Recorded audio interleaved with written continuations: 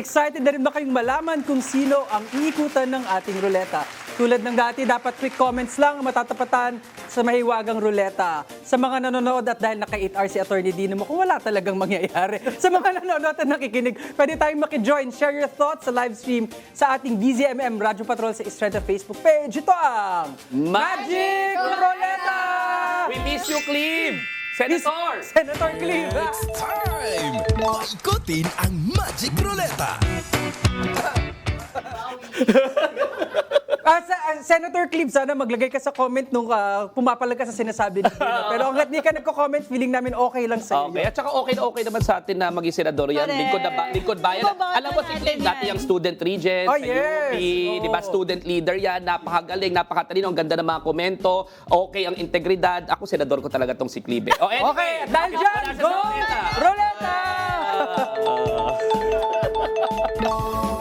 Hirap po ma-upset. Okay, Ay, naku. una sa ruleta. Uy, for the first time in the last 3 years, hindi senador yung nasa ruleta natin. Oo nga. Dalawang Babalik kongresista, tayo sa unfortunately, District 4 Representative kung saan ako nakatira, Kong Bong Suntay at si Kong Kiko Yap, Barzaga. Anong common denominator? Didisiplina Okay. ng House of Representatives, di ba? May dalawang uri ng disiplina. Oo. Una yung pinag-community service si Kong Bong. Oo. Yung si Kiko Barzaga naman ay? Oo. Expelled. Na-expel.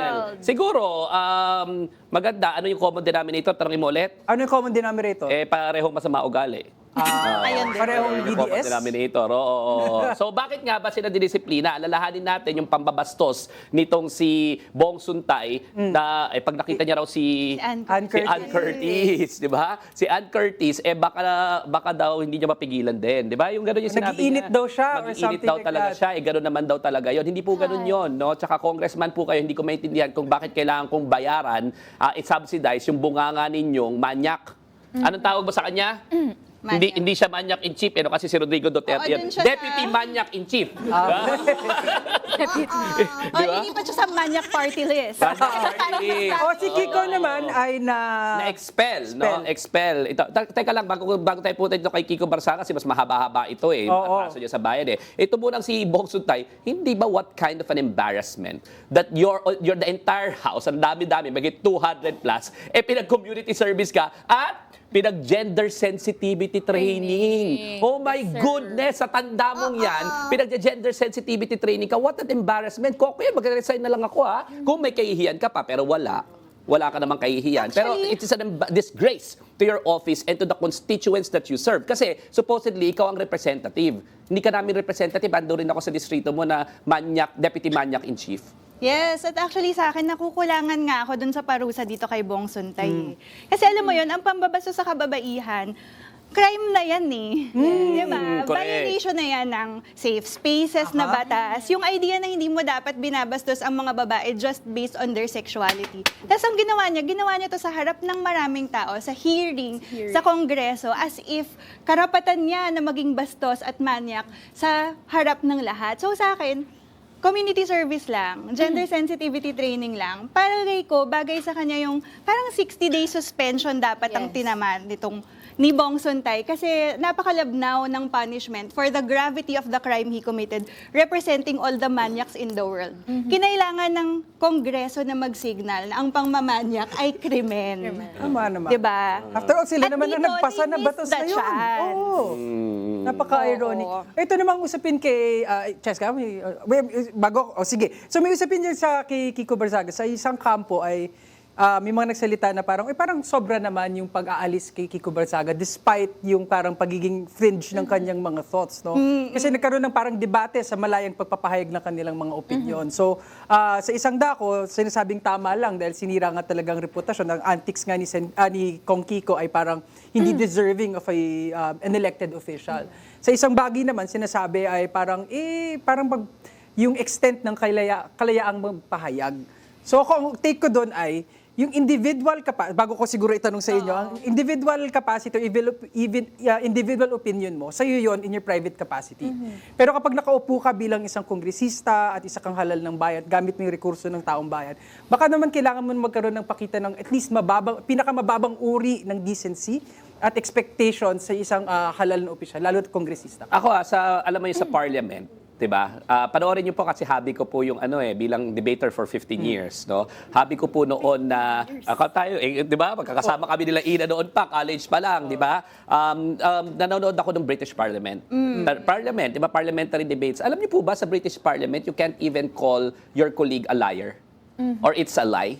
You will be taken out by the Speaker of the House, ordered out and escorted out. No? Ibig sabihin, meron po tayong minimum na decency doon sa diskurso, lalong-lalo na doon sa colleagues mo. Hindi ka pwedeng kung ano-ano makabulustugan, kawalang hiyaan, at pambabastos sa colleagues mo, ang ginagamit mo yung mikropono. Tandaan natin, ano ba sinabi ni Kiko Barsaga? I'm with the Crocs. Tawagin mo ba naman lahat ng colleagues mo na Crocs? Sila Chel Jokno, sila Laila de Lima, yung mga matitinong mga congressman, sila Kong Percy, Sila saka lahat Kahab. na. Oo, na lahat alam niyo po, ang gusto po kasi nilang gawin, gusto ko lang pong sabihin ito napakalinaw ha. Ang gusto nilang gawin is mawalan tayo lahat ng pag-asa. Ang sasabihin nating retoriko ay ganyan naman sila lahat, corrupt.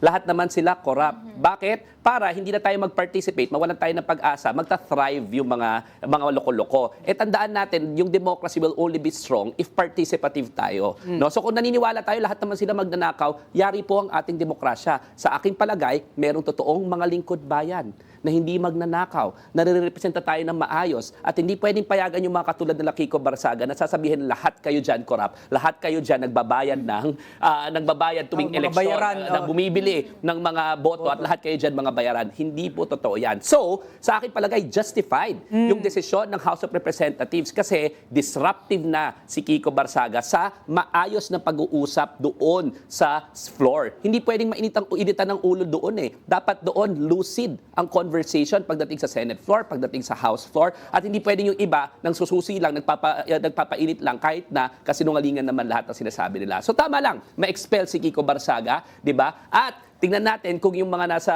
Dasmariñas, iboto ulit siya kung gusto niya. Hindi naman yung perpetual absolute disqualification Iboto ulit niyo. Pero sa akin palagay, di ba, Dasmariñas deserves a better representative than Kiko Barsaga. At dahil dyan, Go Roleta! Namiss kasi namin hindi senador yung pag-usapan. O tinan mo, bumalik ulit sa mga senador. Senator na. Senator Loren Legarda at ang dalawang akala ko si Mark lang yung tahimik Pati si Camille tahimik na din. Nag-file na itong si Camille tsaka si Mark, di ba, ng kanilang counter affidavit doon sa supposedly akusasyon na panloloko nila sa publiko doon sa stock market manipulation dahil daw yung sa SEC, no?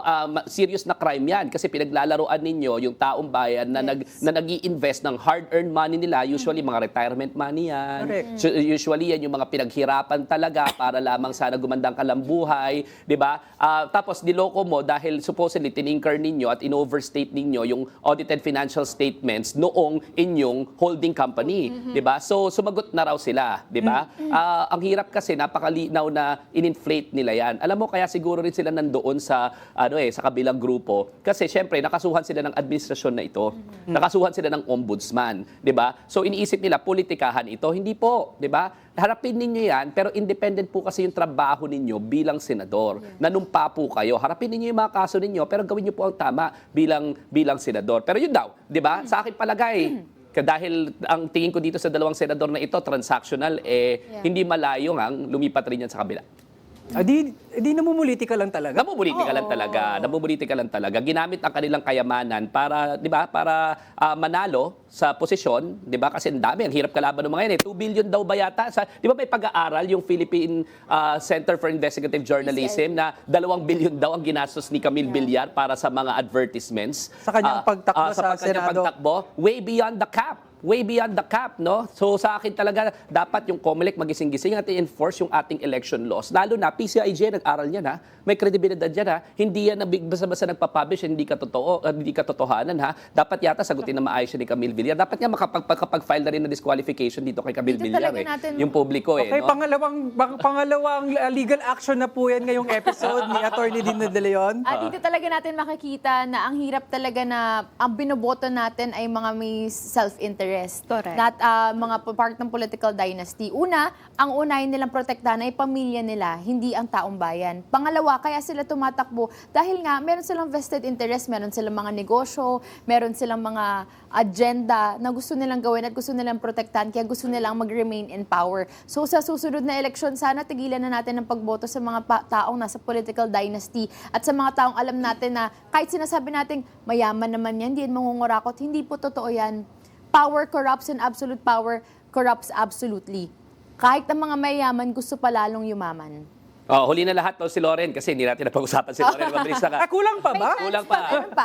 Kanina napag-usapan na natin, pero sa akin ng Loren, treat your son like a real adult. Yes. Make him face the consequences of his actions. Huwag yung ikaw yung sumasalo ng mga bullets for him, tapos nasisira yung maganda mong pangalan. Kung maalala nyo po ako'y bottom liner nung in-interview kayo sa bottom line. Noon pa, college student pa lang ako at ang sinabi ko, di ba, it's a regret. I regret na sayang hindi ka magiging vice president o presidente ng Pilipinas kasi isa ka sa mga prolific senators, no? Bata pa po ako noon. Ngayon, in hindsight, kung ganyan po talaga yung ugali ninyo, talaga dapat hindi kayo proper sa higher office. Pero siguro naman, para sa anak ninyo, hayaan nyo po siyang panindigan yung mga pagkakamali niya, hindi yung lahat na lang pipigilan mo. Parang hindi mabuting nanay yung ganun. At dahil dyan, go Roleta! Roleta! Napaka-sober ng Go Roleta. Oo, ibayin natin yung tempo natin ngayon dahil sabi ko yung senador na naman ulit sino to? Ito, Atty. Dina, mukhang kilalang-kilala mo tong tatlo. Oo, Ito tama, isa no? si Robin Hood Padilla, si Alan Peter Cayetano, at ang suspended na ombudsman na dating Sergeant at Arms mismo, Sergeant at si Arms, Mao Aplaska. And on Tuesday, nagsampa kami ng obstruction of justice case. Correct. Alam niyo po, seryoso po ang mga civil society. We are needed now more than ever to collectively work together in defense of our democracy. At yung mga yan, itong si Aplaska, di ba, in-obstruct yung justice, nagbaril-barilan peking baril-barilan, no? Tapos wala naman pala, pader pala yung binabaril, wala namang naghihimasok at pumapasok sa Kongreso, sa Senado. Nag-jam ang baril. Nag-jam na nga yung baril, kinasa pa ulit at inayos, tapos pumuputok-putok pa ulit. Kalokohan talaga to si Mao, no? Pader ang kalaban para lang patakasin yung kanyang mista na si Bato de la Rosa gumawa ng scene, hindi na nahiya sa sacred halls of the Senate, di ba? Ito si Robin Hood Padilla, sinakay, nag-hitch, no? Sinakay. Okay Yung lang. pugante. Nakisabay lang naman sa akin, alam mo naman pugante. And all orchestrated by the Senate President and presumably authorized by the Senate President, si Alan Peter, kasi nag-go live pa at sinabi, we are under attack. Pak! We are under attack. Pak! Ganyan, di ba? With the matching lighting, di ba? with the Kunyari, matching ano lighting, oo, no? So, kalokohan. But sa after, no, nung lumabas sa mga video, hindi niya na inulit na we're under attack. Di ba? Hindi ba na naman yung usapan ng Pokemon cards, di ba? Ngayon, may mga bago na naman palabas dyan sa Senado. Iniiba yung usapan pag nabubuko yung mga kabalustugan nila. But, ibalik natin yung mga kabalustugan na ginawa nila. So we filed an obstruction of justice case. No? Kasama natin dito ang Tindig Pilipinas, sila Kiko D, di ba, si Dr. Guy Claudio, sila, even outside of Tindig Pilipinas, si Professor Shelo Magno, no? At ako po yung kanilang abogado. At dapat lamang, no, una pa lang po yan kasi we are not precluded from the possibility, and in fact, we are in the process of drafting yung mga ethics complaint rin laban dito sa mga ito. At iba pa, may administrative complaint rin kami ipa-file dito. Akala ko kasi yung ethics complete nila kasi nasigawan lang yung kapwa senador. Abot pala dyan yung ethics complete. Oo, kasi hindi ko na maintindihan yung Senado ngayon kasi yung taasan ng boses, karekla-reklamo na eh. Tapos pinag-iyakan this month. Yes. Nakakatuwa nga, attorney, no? Nakikita ko may mga college student, may mga regular employees na nagfa-file din ng mga kaso, no, against the senator. So, tama tayo as civil society, kailangan maging involved talaga in holding our officials accountable. Doon sa obstruction of justice case namin, maraming kabataan kasamang complainants. No? Makita natin, diba? Kasi it's the time of our generation. Kasama pa rin ako dyan, di ba? Yes. Gen Z and millennials, together we can work together to make sure na i-inherit natin yung klase ng bansa na gusto natin. No? And definitely, hindi sila kabilang doon sa yung mga ganyan sa serbisyo publiko. At sawang-sawa na ako mapag-usapan yung tatlong yan, kaya mag-go roleta na tayo. Sana wala nang Facebook Sino Live kaya yan next yan? week, no?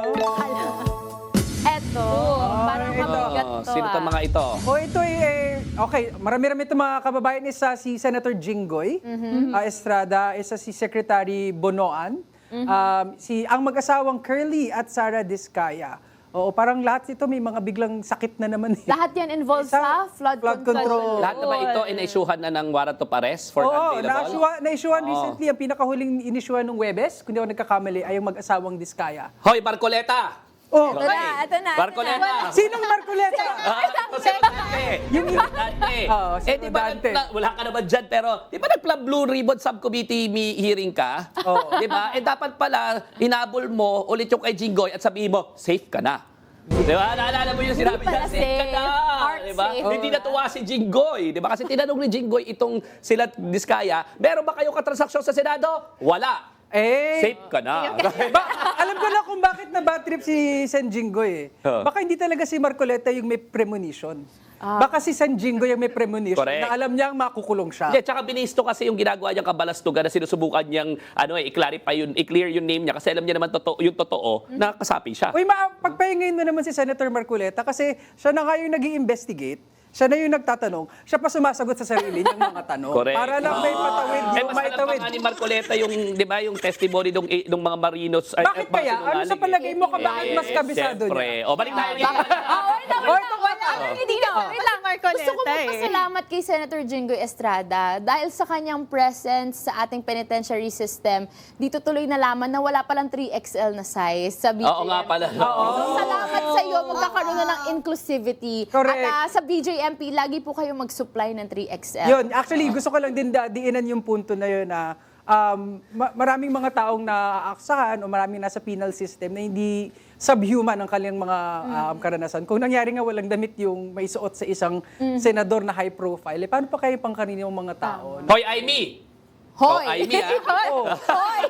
Wala naman si Aimee, no? Ang sabi mo nung November, bakit? November, kuto. Bakit, totoong, wala pinagtatakpan sa flood control, bakit wala pa nakukulong? Ilan na yung nakulong? Oo. Apat na ito. Tapos nung nakulong si Jinggoy Estrada, bakit nakulong si Jinggoy? Hindi niya daw. Hindi ko maintindihan. Hindi ko maintindihan. Ano na ba mga kadrabahan mo? Di ba? Nakukulong yung mga yan kasi involved sila. Yes. At hayaan mo silang harapin yung kaso nila. Huwag niyong palabasin na biktima sila kasi there is prima facie evidence of guilt. Di ba? Ano po yung prima facie Prima evidence? facie Ano yan? and strong evidence of guilt. Ibig sabihin, pag tiningnan mo, makikita mo kaagad, makukumbinsi ka unless there is a contrary evidence Na mas makukumbinsi malakas. ka na mas malakas and strong evidence of guilt ang ginagawang ginagawang batayan niyan bago sila makapag-file. At hindi lamang yung ombudsman na nagdetermine yan. Yung Sandigan Bayan, justices, 3 yan, bago mag-issue ng warrant of arrest yan, and required sila sa saligang batas to personally examine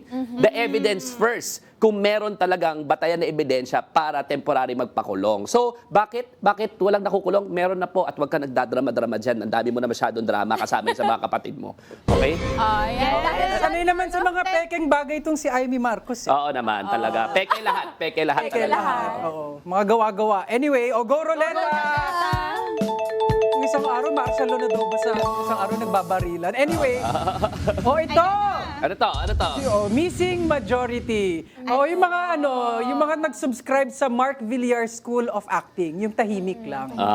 Ito ba? Sino to? Among the missing, ang nawawala, valedictorian, Senator Christopher Lawrence Tesoro Go. CLTG. Okay.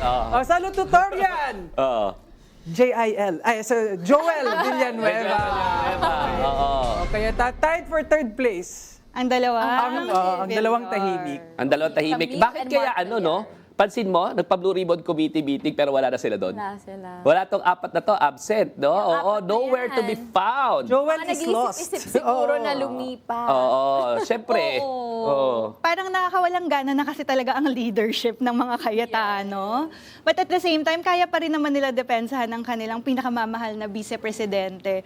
Even from the other side, ang palagay ko, sign na rin talaga to na wala nang grasp masyado si Alan Peter Cayetano doon sa majority na kiniklaim niyang nasa likod niya. Itong 4 na ito, alam na rin natin mga kababayan kung sino dapat ang hindi natin iboto sa Senado next time na magre-re-elect sila kasi ito yung mga transactional. Ito yung walang paninindigan. Ito yung kung sino lang talaga magde-deliver ng kanilang selfish interest. 2 Villar na magkapatid na ginawang family reunion, ang Senado, pati mga magulang nila, lahat senador. Ito si Joel Villanueva, Diyos ko naman, Jesus is Lord. Siguro naman hindi dapat may magnanakaw para sa kay Jesucristo, di ba? Na sinasabi bigla nagpo-proclaim ng word of God pero nung nahuli yung kamay sa cookie jar siya pa ang galit.